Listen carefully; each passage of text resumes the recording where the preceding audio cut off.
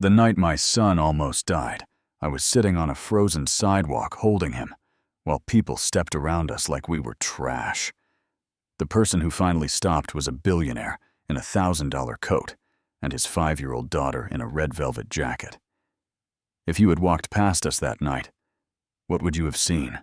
A bad mother, a begging scam, or two human beings about to lose everything? My name is Camille, and this is how I went from a locked door and a blue-lipped baby to living in a guest house on a billionaire's estate, running his creative department, and planning a foundation to help women who used to look exactly like me. It sounds like a fairy tale, right? Yeah. It didn't feel like one at the time. It was Christmas Eve in Chicago, and the cold felt mean that year. Not just cold, not grab a scarf cold, but the kind of cold that crawls into your bones and turns your fingers into wood. The wind came down those streets like it had a grudge, cutting between buildings, slipping under my thin coat, right through me, and into the tiny bundle pressed against my chest. That bundle was my 3-month-old son, Isaiah. His cheeks were red, but his lips had gone this horrible gray-blue color. And if you've ever Googled baby hypothermia on a library computer, you know exactly what that means. I had him wrapped in every piece of clothing I owned. I put my coat around both of us. I curled my body around him, trying to block the wind in the doorway of a closed bookstore. It wasn't enough. We had been outside for hours. I had already tried 3 shelters, all of them full. The last one didn't even open the door all the way, just a face in the crack saying, "We're at capacity. Try again tomorrow." Tomorrow. Like my baby could negotiate with the weather. I kept whispering into Isaiah's hat. "Mama's here. Baby, just a little longer. Okay, just hold on." And the truth was, I had no idea what I was going to do next. I'd already thought about the emergency room option. You know, walking in and saying, "I can't keep him warm. Just take him." Do you know how sick your stomach has to feel for that? To even cross your mind? And before anyone types it in the comments, yes, I had a job once. A little apartment. A future. I wasn't born in that doorway. I grew up in foster care, bounced around enough homes to know not to unpack all my stuff right away. I worked like crazy in high school, took every extra shift I could, saved, went to community college, learned graphic design, got myself into a small marketing firm. I wasn't rich, but I had a studio apartment, some thrift store furniture, a plant in the window. I thought that meant I'd made it. Then I got pregnant. Morning sickness wrecked me. I missed too much work. I remember sitting in the HR office pretending not to cry, while they said all the polite words about budget and attendance and, "We wish you well." It wasn't personal to them. To me, it was everything. The baby's father, his name is Jerome, let's not protect the guilty, did that thing men do where they promise they've got you. At first, he was great holding my hair when I threw up, rubbing my back, talking about our future. Then the reality of a newborn hit, and he panicked. One day, I came home from trying to get formula at a food bank and found the cash from my emergency envelope gone. Jerome gone. A note, none. Just empty drawers where his stuff used to be. I fell behind on rent. I went to my landlord and begged for time. He said, "This is a business, Camille. I'm not a charity." The day I came back and found my locks changed, I hadn't even fallen that far behind. But behind is behind, to a man who sees you as numbers on a spreadsheet. My clothes, my furniture, my portfolio, my baby's crib, all locked inside a place I couldn't legally step into anymore. I did have family. An older sister named Courtney. The kind of person with a color-coded calendar and a LinkedIn addiction. I called her shaking with Isaiah screaming in the background and laid it all out. The job, the landlord Jerome taking the money, the motel nights eating my savings, needing a place to crash just for a while. She got quiet, and then said, "Camille, you made your choices. You picked him. You decided to have a baby. I worked too hard to end up like you." And she hung up. Yeah, that happened. So that's how I ended up rotating through cheap motels until the money ran out. Then bus stations, waiting rooms, any 24-hour place that didn't kick us out. And finally, that bookstore doorway, because it blocked some of the wind, and the owner wasn't around to tell me to move on. 2 months of that. 2 months of wondering which would run out first, my options, or my kid's body heat. So when I tell you that on that Christmas Eve, sitting in that doorway, I was out of ideas. I mean, I had already gone past the edge of my pride and was in freefall. The street was almost empty. People were already inside, warm, arguing about small things. You know the sound a city makes when you're outside of all that. Just the hum underneath. That's what I heard. Then, over the wind, I hear this bright little voice cut through like a bell. "Daddy, look, that lady has a baby." I didn't look up right away. You learn on the street not to make eye contact. If people really see you, they might feel guilty, and then they either give you something with resentment attached, or they go cold, and both feel bad in different ways. So at first I saw shoes, expensive leather boots, the bottom of a long charcoal coat, shopping bags from stores I used to walk past on my way to work, and think, maybe one day. Then I heard a man's voice. "Sophie, don't point." Calm, but with that edge people get when they're suddenly uncomfortable. But he had already looked. I felt it. That moment when someone's gaze lands on you and there's nowhere to hide. I finally raised my head. The girl, Sophie, was in this deep red velvet coat with white fur trim, blonde hair in perfect braids, cheeks pink from the cold. She looked like she'd stepped out of a Christmas commercial. Standing next to her was this tall guy, mid-30s, maybe expensive overcoat hair, just starting to go gray at the temples, and the kind of face that looks like it's used to people saying yes. He crouched down in front of me, and for a second I hated him. Not him personally, just everything he represented. Warm house, hot shower, full fridge. Choices. The ability to walk away. He said, "Are you all right?" And I could tell he meant it like a real question, not the way people say, "How are you?" and keep walking. But how do you answer that when your baby's lips are blue? My instinct was to lie. To say, "We're fine, just waiting for a ride." Something to make him leave without seeing how bad it really was. But Isaiah made this tiny, weak sound against my chest. Not even a proper cry. And that lie died in my throat. "I can't get him warm," I heard myself whisper instead. "He's so cold. I don't know what to do." Sophie let go of her dad's hand and stepped closer, her little boots crunching in the snow. She peered under the blanket at Isaiah's face, and her expression changed from curious to serious in an instant. "Daddy, her baby is freezing," she said, voice high but firm. "His lips are blue. That's really bad. Ms. Kelly said if someone's lips are blue, they need help right away. We have to do something." It's funny the things that stick in your memory. I don't remember what song was playing from a passing car or what the sky looked like. I remember the exact way that girl said "have to," like it wasn't optional, like helping us was already decided. I watched something shift in his face. That rich man in the nice coat, later I'd learn his name is Julian Bradford, CEO, billionaire, all of that, looked from her to my son and back, and in that second, the whole trajectory of my life bent in a new direction. He set his shopping bags down in the slush and shrugged off his coat. Not dramatic, not slow motion, just practical. He wrapped it around my shoulders, tucking it in around Isaiah too, and the heat from his body was still in the fabric. It felt almost painful, that much warmth at once. "I'm Julian," he said, moving like someone who's used to making decisions. There's a hotel 2 blocks from here. Can you walk if I help you? My brain was sprinting. Rich guy. Hotel. Trapped pride tried to stand up, but survival sat it right back down. I nodded.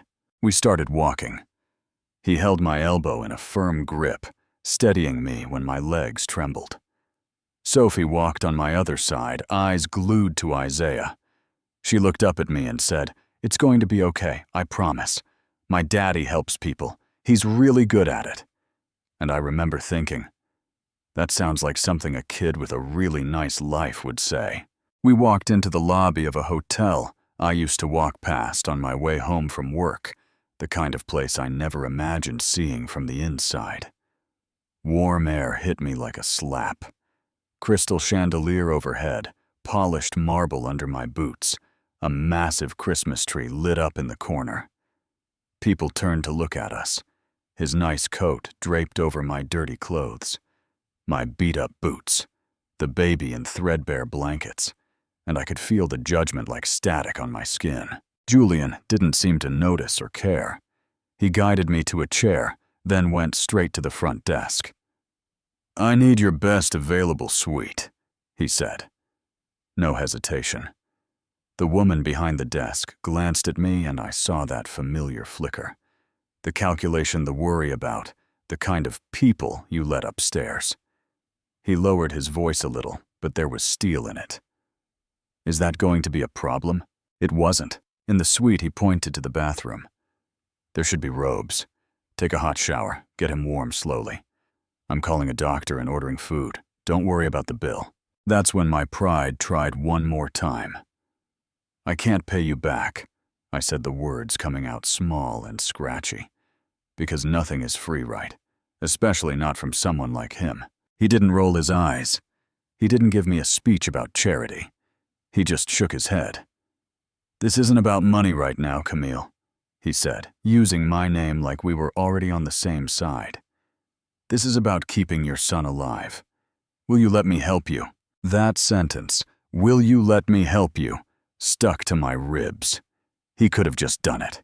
He had the money, the power, the hotel keycard. But he asked. He gave me a choice.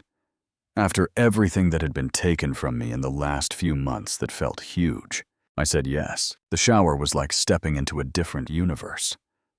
I undressed Isaiah slowly, my fingers clumsy from the cold, and held him under a warm washcloth instead of straight under the water, just like the article said. His skin went from cold and tight to pink. His breathing got deeper. I stood there with steam on the mirror and tears on my face, whispering, "We're okay. Baby, we're okay," even though a part of me still didn't believe it. When I came out in the hotel robe, hair wrapped in a towel, the room had turned into this strange picnic of abundance. Food on the table, milk, hot soup. Fruit, more than I'd seen in one place in months.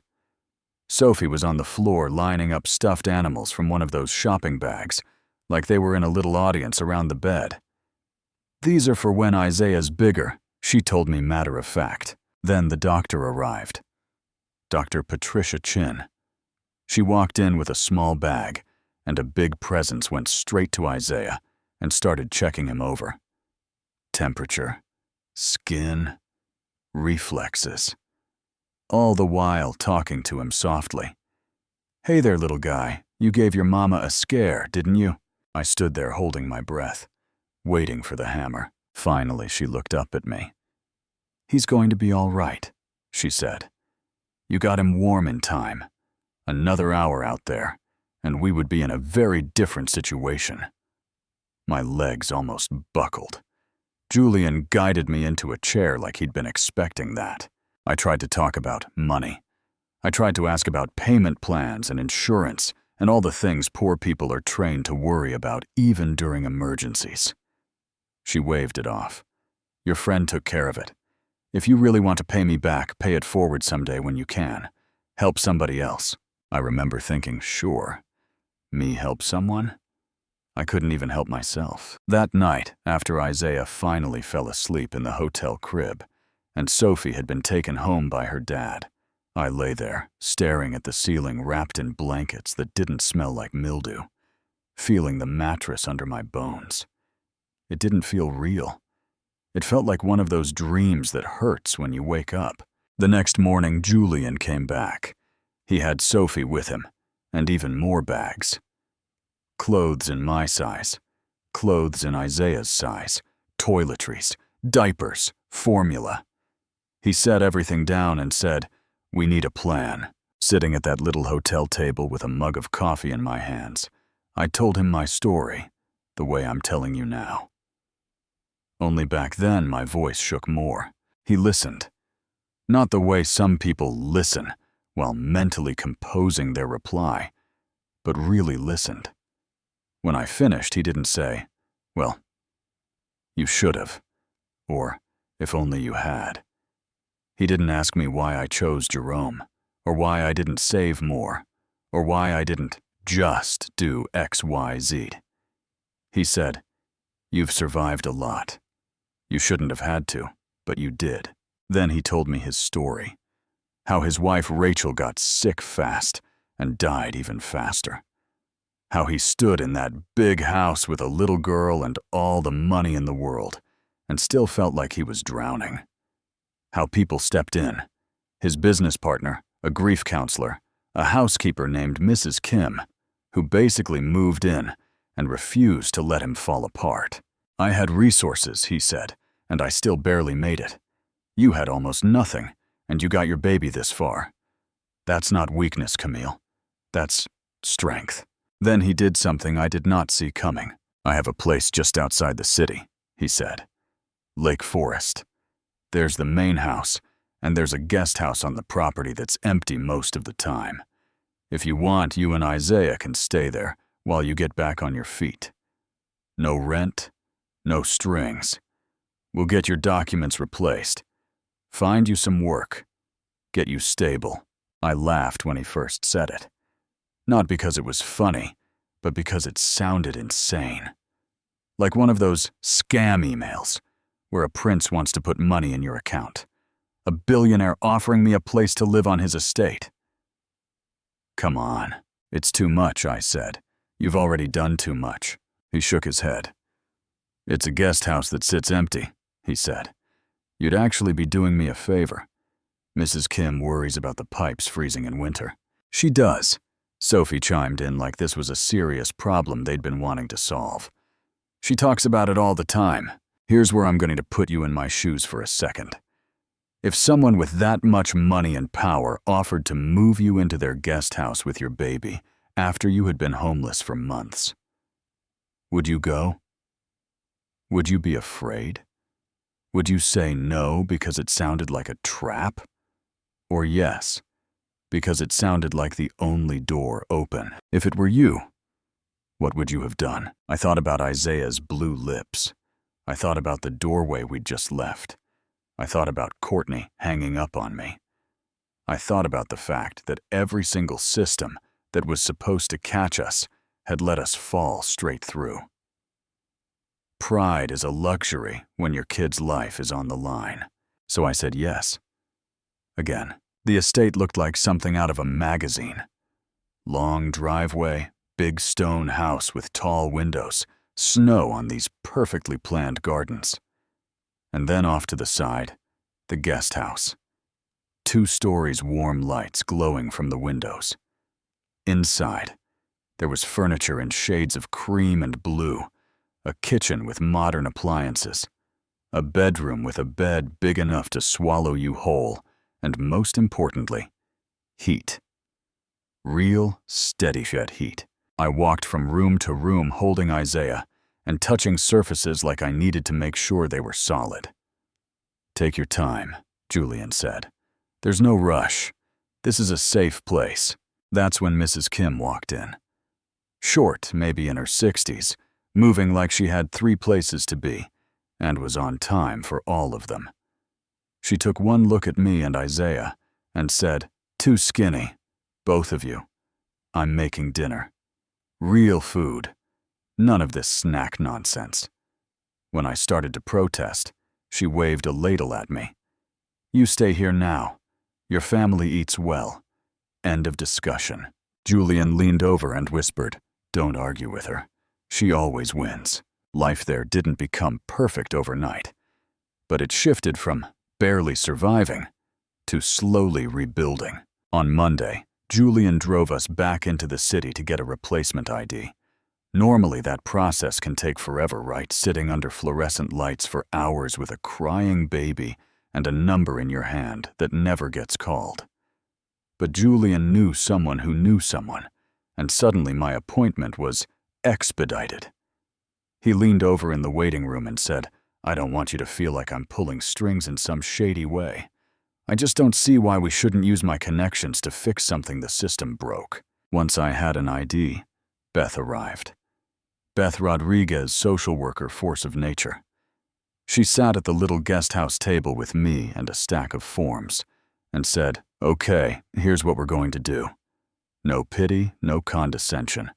Just a woman who knew the maze and was willing to walk me through it.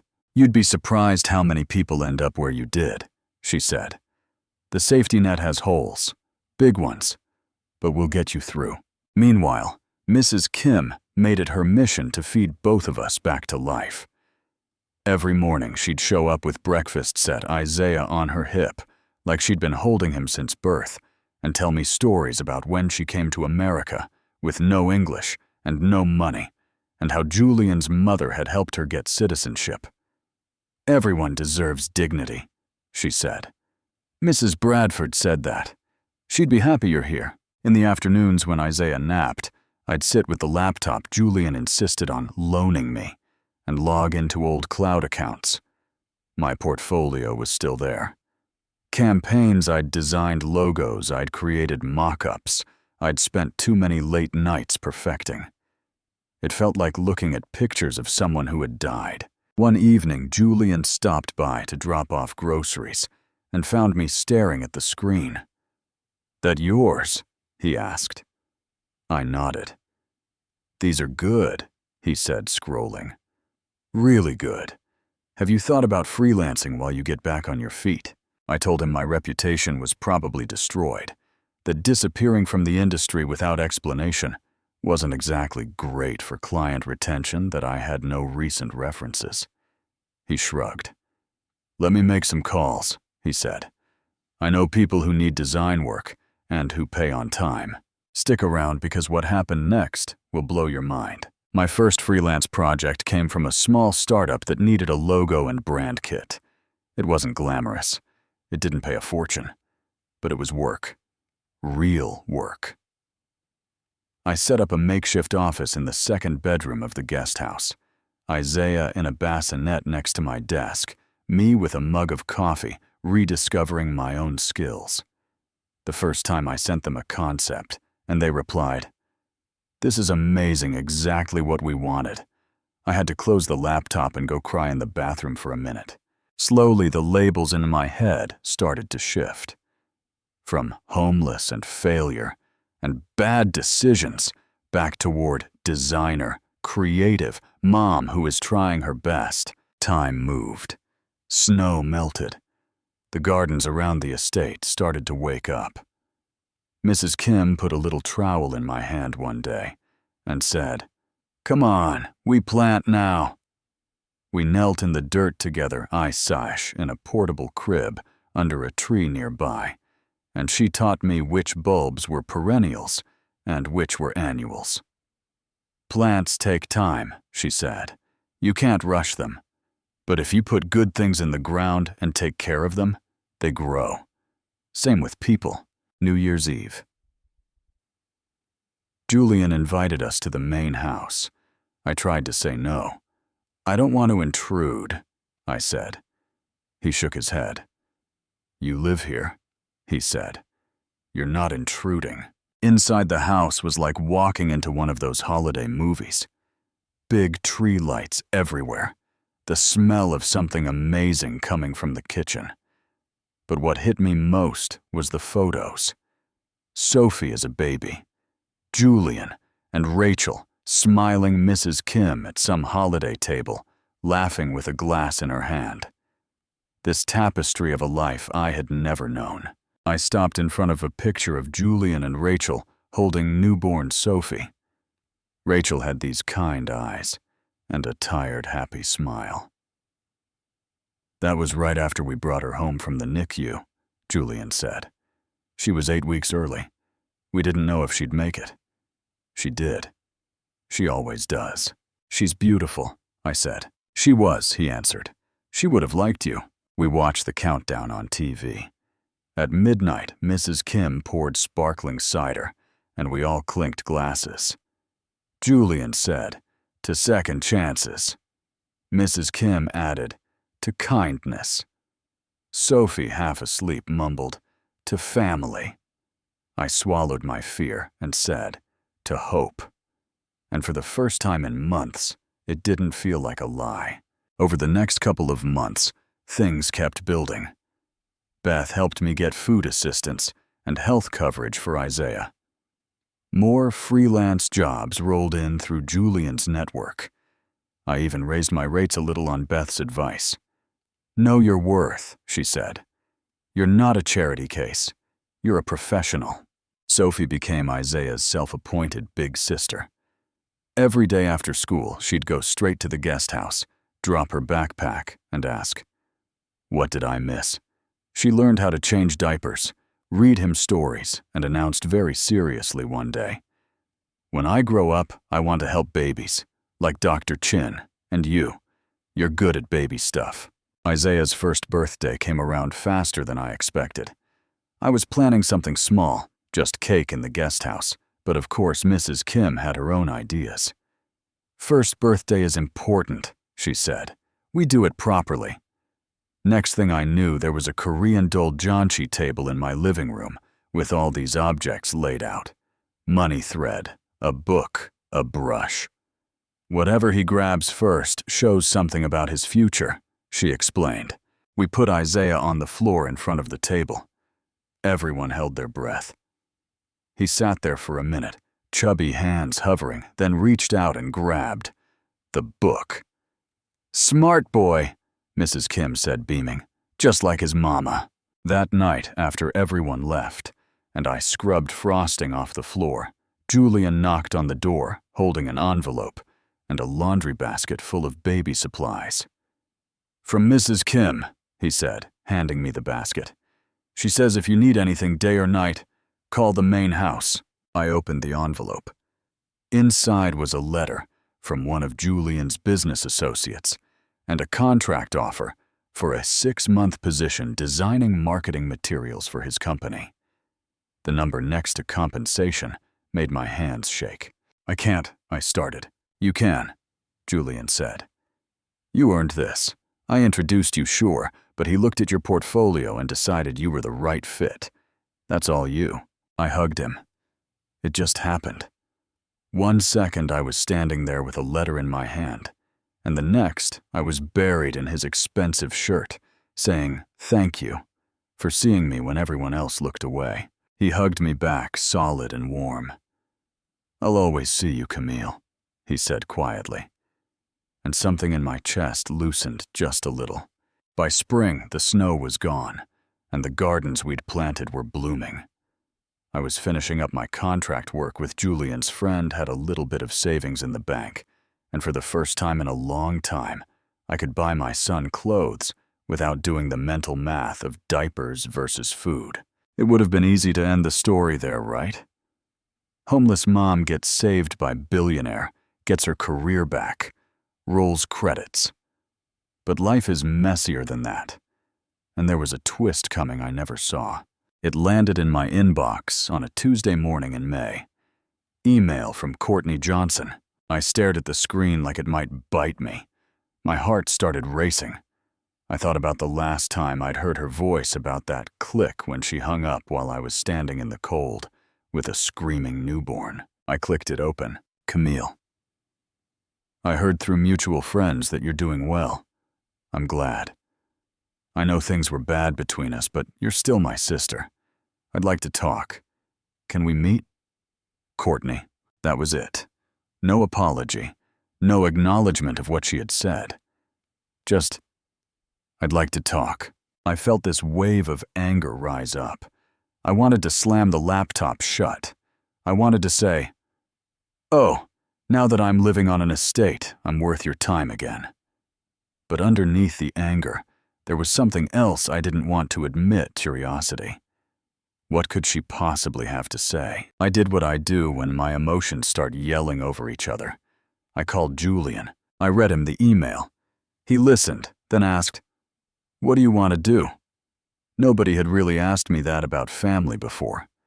It was always more like, "Here's what you should do." "I want to delete it," I said. "But I also kind of want to hear her out. Does that make me weak?" "No," he said. "It makes you human and hopeful. There's nothing weak about hoping for reconciliation. Just remember, you're not the same person you were when you called her last year. You're not desperate. You're not alone. She can't take anything from you unless you hand it over. If it were you, honestly, would you meet with her? Or would you block her and protect your peace?" I agreed to meet. We chose a coffee shop in Lake Forest, neutral ground. I got there early, sat in my car for a good 5 minutes breathing. When I walked in, Courtney was already at a table in the corner, stewed-pressed hair. Perfect hands wrapped around a latte like it was holding her together. "You look good," she said as I sat down. "So do you," I answered. It was technically true. She looked successful, but there was something tight around her eyes. We did the small talk thing, work weather surface level stuff. Then she said, "I heard you're staying at the Bradford estate, that you're working for one of Julian's companies, that he took you in." The way she said "took you in" made me bristle. "He helped me when I needed help," I said. "I also work. A lot." "I'm not judging," she said quickly. "I'm trying to understand. Last time we talked, you were on the streets, Camille. Now you're here. With all this." She gestured vaguely like all this meant my hair, my clothes, the part of town we were in. I looked her right in the eye. "You're confused because I didn't stay where you left me," I said. She winced. And then, to her credit, she didn't get defensive. She took a breath and said the words I never expected to hear come out of her mouth. "I was wrong." Silence. "I was wrong when you called me, and I turned you away," she said. "I told myself I was teaching you a lesson, that I didn't want to enable your bad choices. But that was an excuse. The truth is, I was scared. I have this whole little perfect life I built, and seeing my sister fall that hard, it terrified me. I didn't want to believe it could happen to me too. It was easier to judge you than to admit how fragile everything is." That was the twist. Not the billionaire, not the guest house, not the job. My sister, who once told me to lie in the bed I made sitting across from me, saying, "I failed you. I'm sorry." She went on. "I think about that phone call a lot," she said, eyes filling. "About you out there with a newborn, and me in my cozy condo telling myself you earned it. I was wrong. You're my sister. I should have helped." The anger I'd been holding onto for months didn't vanish on cue. It wasn't like, "Oh, you said sorry, cool, we're good." But it cracked. I told her what it had really been like. The nights in bus stations. The fear of closing my eyes too long in case someone tried to take Isaiah. The way people looked past us like we were invisible. The blue lips in the doorway. The coat. The hotel room. The estate. "I almost gave up," I said quietly. But I kept going for him. And then this man and his daughter saw us, and everything changed. "I saw a video," she said. "Someone posted about Julian's holiday charity thing, and you were there, and I recognized you.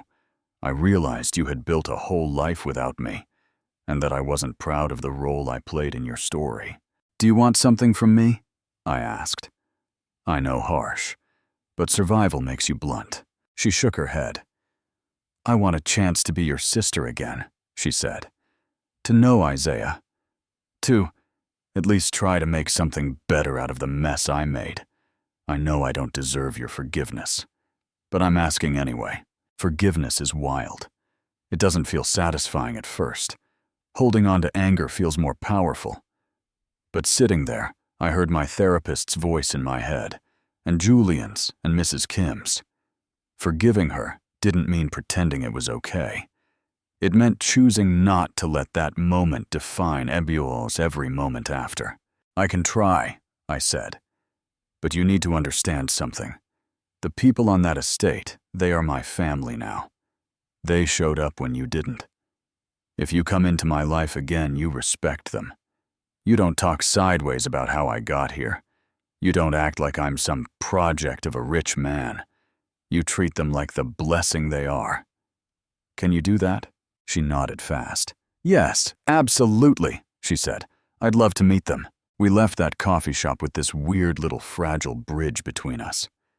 Not healed, but not broken beyond repair either. Back home, when I walked into the guest house, everybody was waiting like it was a season finale.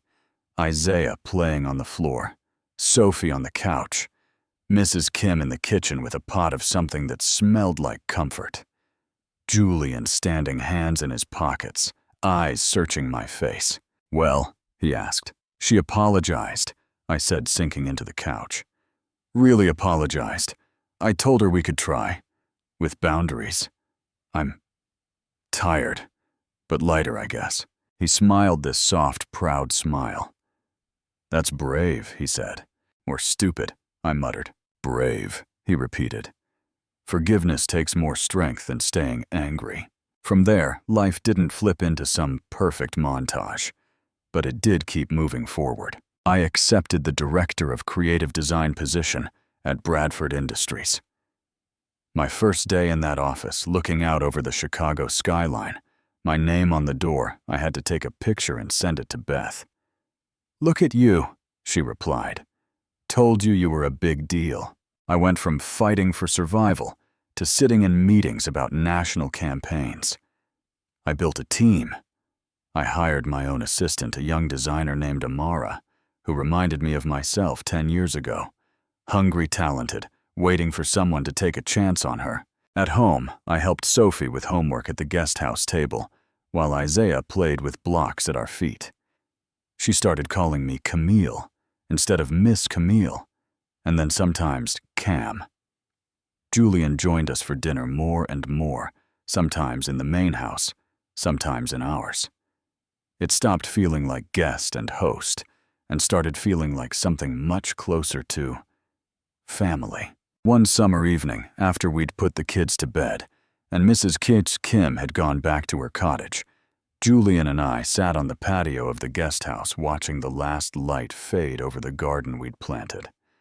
Crickets, warm air, the kind of quiet you don't get in the city. Can I ask you something? He said. Sure. Do you ever hear from Isaiah's father? No, I said. I tried early on when things got bad. His number was disconnected. I think he left the city. Maybe that's for the best. Isaiah deserves better than someone who can walk away like that. He does, Julian said, and he has better. There was a pause, the kind that feels full. You know, Sophie told me she thinks I'm happier now because of you, he said. She says I smile more. She told me the same thing, I said with a little laugh. Kids are out here doing emotional diagnostics on us. He turned his chair to face me fully. She's not wrong, he said. I am happier. Our home feels alive again. And that's because of you. Because of Isaiah. Because of what you bring into our lives. My heart was pounding. I could have played dumb. I could have laughed it off. But instead I took a breath and said, we should probably talk about what this is, shouldn't we? I've been trying not to push, he said. You've been through so much. I didn't want you to feel like you owed me anything. But, yeah, we should talk. Because the truth is, Camille, I've fallen in love with you. There it was. Just sitting between us in the night air, he went on. Not because you needed saving. That part. Honestly, any decent human should have done what I did that night. I love you because of who you are, because you fight, because you're kind, even after everything, Because of the way you love Isaiah, the way you care about Sophie, the way you challenge me. I love the woman you are, not the situation you were in." My eyes burned. I looked down at my hands, then back at him. "I love you too," I said. "I think I have for a while.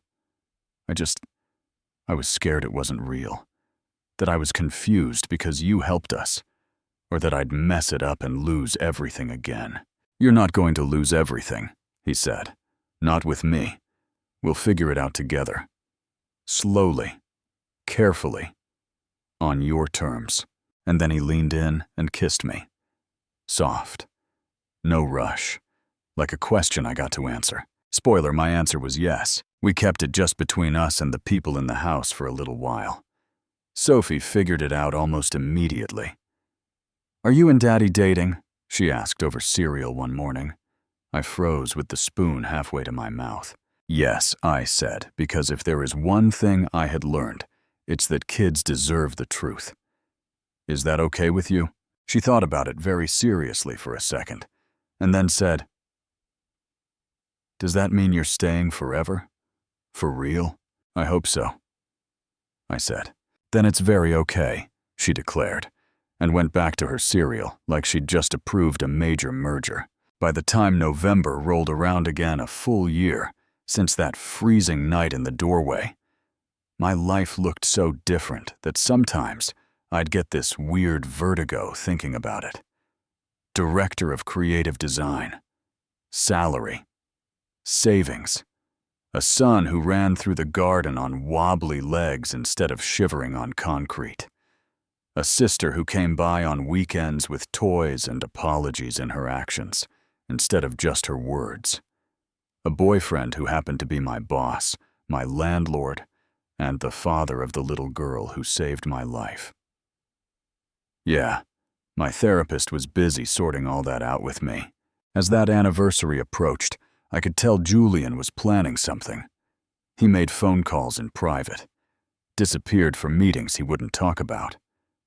Mrs. Kim started giving me these little knowing looks whenever I walked into the kitchen.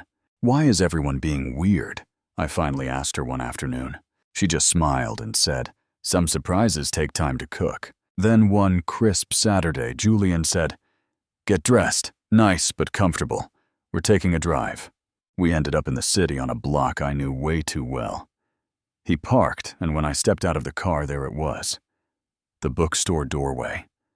The one where I'd sat shaking with Isaiah against my chest, whispering promises I had no idea how to keep.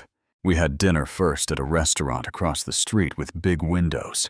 It was surreal sitting there with a glass of wine looking at that doorway, like it was a scene in a movie I used to be in. "That spot changed everything," Julian said, following my gaze. "It did," I said. "Sometimes I think about the version of this story where you and Sophie walked past." "I don't like that version," he said quietly. After dinner, he suggested we take a walk. We crossed the street. The wind was cold, but nothing like that night.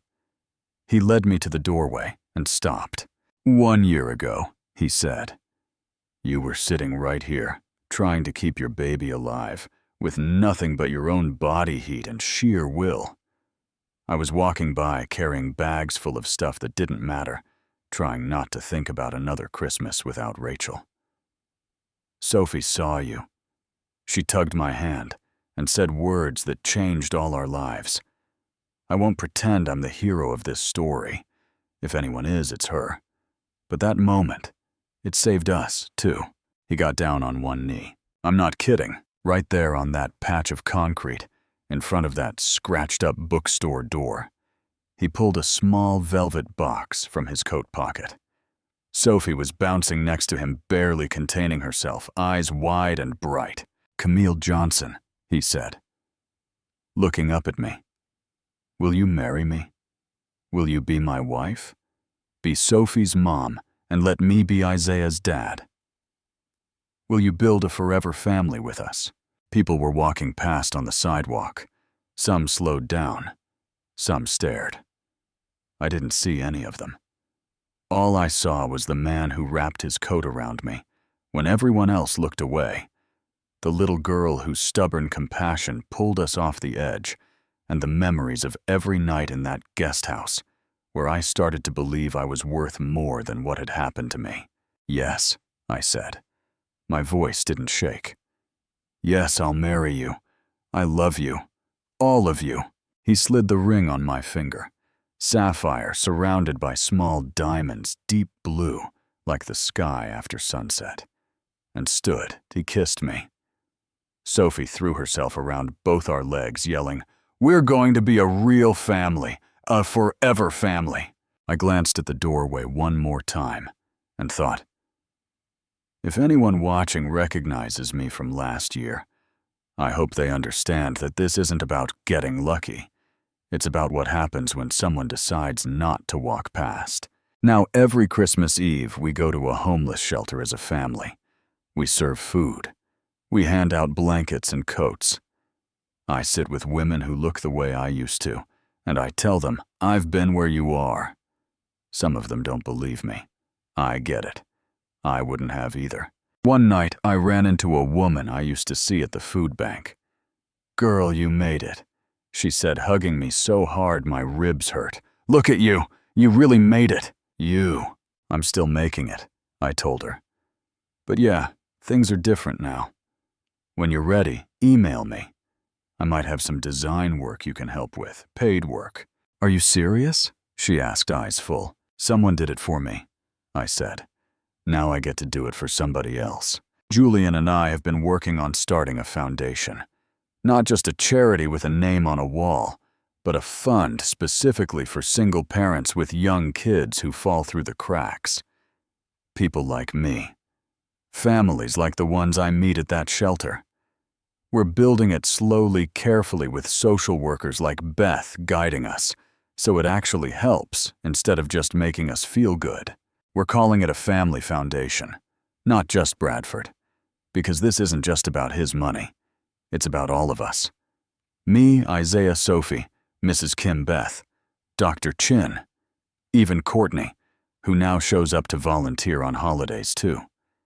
It's about the idea that if you've been pulled out of the fire, you don't stand at a distance and throw water. You go back and help. But I want to be real about something before we end this, because this is the part where it might get a little uncomfortable. People love to hear stories like mine. Homeless mom saved by a billionaire baby survives happy ending. It makes us feel good. It makes us say things like, "See, there are still good people in the world." And that's true. There are. I live with some of them. But for every story like mine, there are 100 that don't end this way. There are women whose babies' lips turn blue, and no one stops. There are kids sleeping in cars tonight, whose moms don't have a billionaire walking past at the exact right moment. There are systems built in such a way that you can work hard, do everything right, and still end up in a doorway with a newborn. Do you think that's fair? I don't. I'm grateful. I'm thankful. I wake up some mornings in that guest house, look at Isaiah sleeping in his little bed, and Sophie's drawings on the fridge, and I feel like my chest might burst from how lucky I am. But I also stay angry, not at the people who helped me, at the fact that I needed a miracle at all. I'm not telling you this story, so you'll comment, "Faith in humanity restored," and move on. I'm telling you because I want you to actually ask yourself some hard questions. If you saw a woman in a doorway with a baby in her arms, would you stop? Or would you tell yourself it was probably a scam, that someone else would help, that you didn't know what to do? If your sibling called you from a place like that, would you hang up? Or show up if you have power, money connections, time, any of it? Are you using it just to cushion your own life? Or are you willing to let it interrupt your comfort for someone else's survival? If it were you in that doorway, what would you hope a stranger would do? I know this story might make some people mad. Some will say I shouldn't have accepted help, that it made me dependent. Some will say I don't deserve the life I have now because I chose wrong. Some will think Julian is some weird hero, and forget entirely about the people like Dr. Chin and Beth and Mrs. Kim, and most of all, Sophie, whose simple refusal to look away is the only reason you're hearing this at all. So tell me what you think. Really, if you were my sister, would you have reached out after everything? Do you believe she deserves a second chance?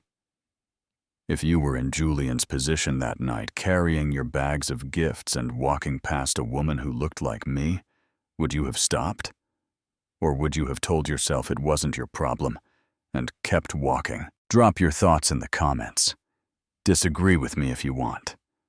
Share your own story if you've ever been where I was, or if you were someone's Julian or Sophie or Mrs. Kim. I read what you write. It matters. And if this story hit you in any way, if it made you angry or hopeful or uncomfortable, do me a favor like this video so it reaches more people. Subscribe if you want more real stories like this, and share it with someone who needs a reminder that one small act of courage can change a whole family's future. Because I'm telling you as someone who has lived it. Sometimes the difference between a tragedy and a testimony is one person who refuses to walk past. You know what I mean?